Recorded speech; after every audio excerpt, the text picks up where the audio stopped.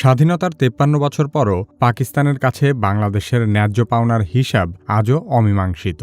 সাম্প্রতিক সময়ে অন্তর্বর্তী সরকারের প্রধান উপদেষ্টা ড. ইউনূস পাকিস্তানের প্রধানমন্ত্রী শেহবাজ শরীফের সাথে বৈঠকের পর বিষয়টি নতুন করে আলোচনায় এসেছে।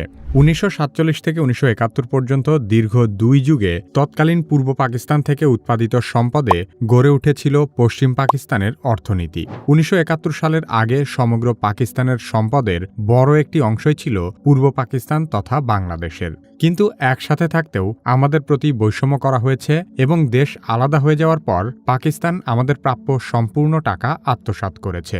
পাকিস্তানের কাছে বাংলাদেশ কত টাকা পায় এবং সেই টাকা পাকিস্তান আদৌ দিতে পারবে কিনা সে সম্পর্কে আলোচনা করা হবে এই পর্বে। ১৯৪৭ সালে পাকিস্তানের জন্মের পর থেকে ১৯৭১ সালে বাংলাদেশের স্বাধীনতা পর্যন্ত পূর্ব পাকিস্তান থেকে উৎপাদিত সম্পদ এবং আয় মূলত পশ্চিম পাকিস্তানের উন্নয়নের জন্য ব্যবহার করা হয়। বৈদেশিক ঋণ, রাজস্ব এবং শিল্প খাতে পশ্চিম পাকিস্তানের তুলনায় পূর্ব পাকিস্তানের অবদান বেশি থাকলেও আমাদেরকে বরাবরই ঠকানো হয়েছে। ১৯৭১ সালে পাকিস্তান শুধু বাংলাদেশের অস্তিত্বই ধ্বংস করতে চায়নি, সেই সাথে বাংলাদেশকে অর্থনৈতিকভাবে পঙ্গু করারও সকল পদক্ষেপ নিয়েছিল। প্রথমত, তৎকালীন পাকিস্তানের বৈদেশিক মুদ্রা আয়ের ৭০% আসত পূর্ব পাকিস্তানের পাট এবং পাটজাত পণ্য রপ্তানি থেকে। সে সময় পাট ছিল বিশ্বের অন্যতম মূল্যবান রপ্তানি পণ্য, যা পাকিস্তানে শুধুমাত্র বাংলা অঞ্চলেই উৎপাদিত হতো। পশ্চিম পাকিস্তানে কোনো পাট উৎপাদন হতো না। সম্পূর্ণ এই অঞ্চলের অবদানে রপ্তানি আয় সমৃদ্ধ হলেও বৈদেশিক মুদ্রা পশ্চিম পাকিস্তানের ব্যাংকিং সিস্টেমে জমা হতো এবং পূর্ব পাকিস্তান তার খুব সামান্যই ব্যবহার করতে পারত। এই বৈষম্যমূলক অর্থনৈতিক ব্যবস্থাই তৎকালীন পূর্ব পাকিস্তানের জনগণের ক্ষোভের অন্যতম কারণ হয়ে উঠেছিল। ১৯৭১ সালের আগে পাকিস্তানের বৈদেশিক মুদ্রার রিজার্ভ ছিল প্রায় $৪.৩২ বিলিয়ন। জনসংখ্যার ভিত্তিতে যদি এই রিজার্ভ ভাগ করা হয় তবে পূর্ব পাকিস্তানের ন্যায্য অংশ প্রায় $২.৪ বিলিয়ন হওয়া উচিত ছিল। দ্বিতীয়ত, অবকাঠামো এবং শিল্প খাতেও পূর্ব পাকিস্তানের অংশীদারিত্ব ছিল। রেলওয়ে, বিমান পরিবহন, বন্দর এবং টেলিযোগাযোগ সহ রাষ্ট্রায়ত্ত প্রতিষ্ঠানগুলিতে পূর্ব পাকিস্তানের অবদান ছিল বিশাল। তবে এই প্রতিষ্ঠানগুলোর পরিচালনা এবং মুনাফা মূলত পশ্চিম পাকিস্তানের হাতে থাকত। তৃতীয়ত, পূর্ব পাকিস্তানের জনগণ পশ্চিম পাকিস্তানের চেয়ে উচ্চ হারে ট্যাক্স প্রদান করলেও সেই টাকার বেশিরভাগই পশ্চিম পাকিস্তানে ব্যয় করা হতো।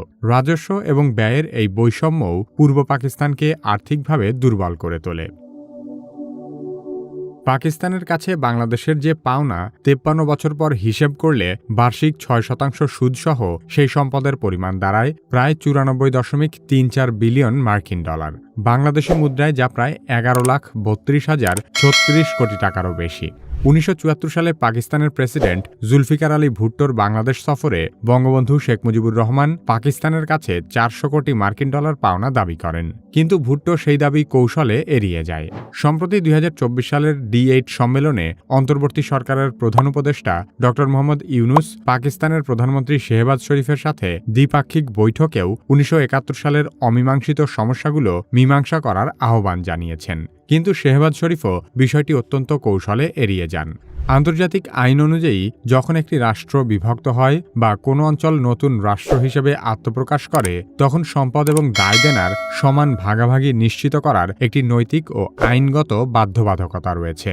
এই প্রক্রিয়াকে বলা হয় স্টেট সাকসেশন বা রাষ্ট্রের উত্তরাধিকার। ১৯৪৭ সালে ভারত পাকিস্তান বিভাজনের সময় দুই রাষ্ট্রের সম্পদ এবং দায় দেনার ভাগাভাগি আন্তর্জাতিক নীতির ভিত্তিতে সম্পন্ন হয়েছিল।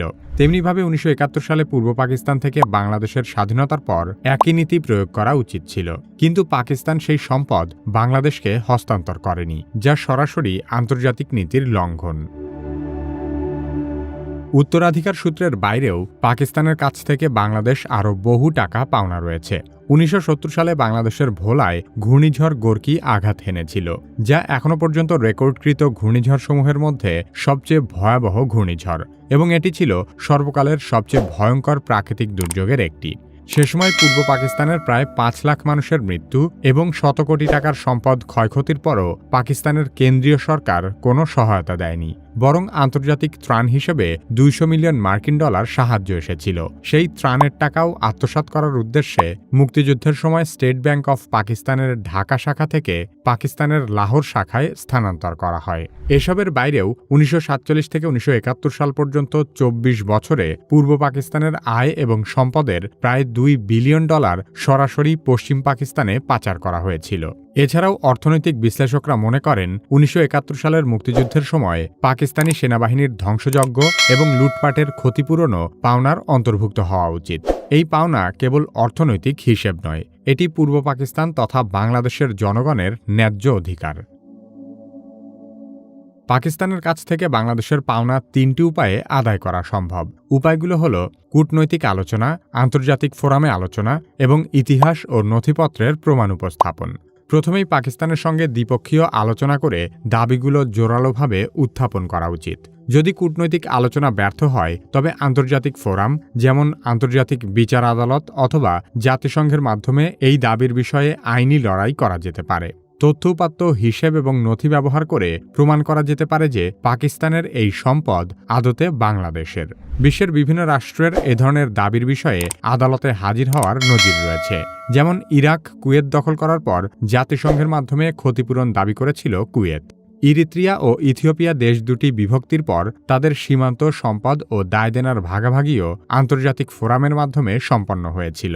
কিন্তু কঠিন বাস্তবতা হল, একটি দেশের সরকার ক্ষমতায় থাকার সময়ই তাদের কোনো ভুল সহজে শুধরাতে চায় না। সেখানে আজ থেকে ৫৩ বছর আগের পাকিস্তান সরকারের লুটপাটের দায় বর্তমান পাকিস্তান সরকার কিছুতেই নিতে চাইবে না। সেই সাথে এ ধরনের পদক্ষেপ বাস্তবায়ন করার মতো রাজনৈতিক ঐক্যও পাকিস্তানের নেই। বাংলাদেশের পাওনা পরিশোধ করা তো দূরের কথা, ২০১৬ সালে পাকিস্তান সরকার উল্টো বাংলাদেশের কাছ থেকেই পাওনা দাবি করে। পাকিস্তানের একটি প্রতিবেদনে বলা হয়, তৎকালীন সময়ে পশ্চিম পাকিস্তান, পূর্ব পাকিস্তান তথা বাংলাদেশের কাছে যে পরিমাণ অর্থ পাওনা ছিল, বর্তমান বাজার দর অনুযায়ী তার মূল্য প্রায় ৭০০ কোটি টাকা।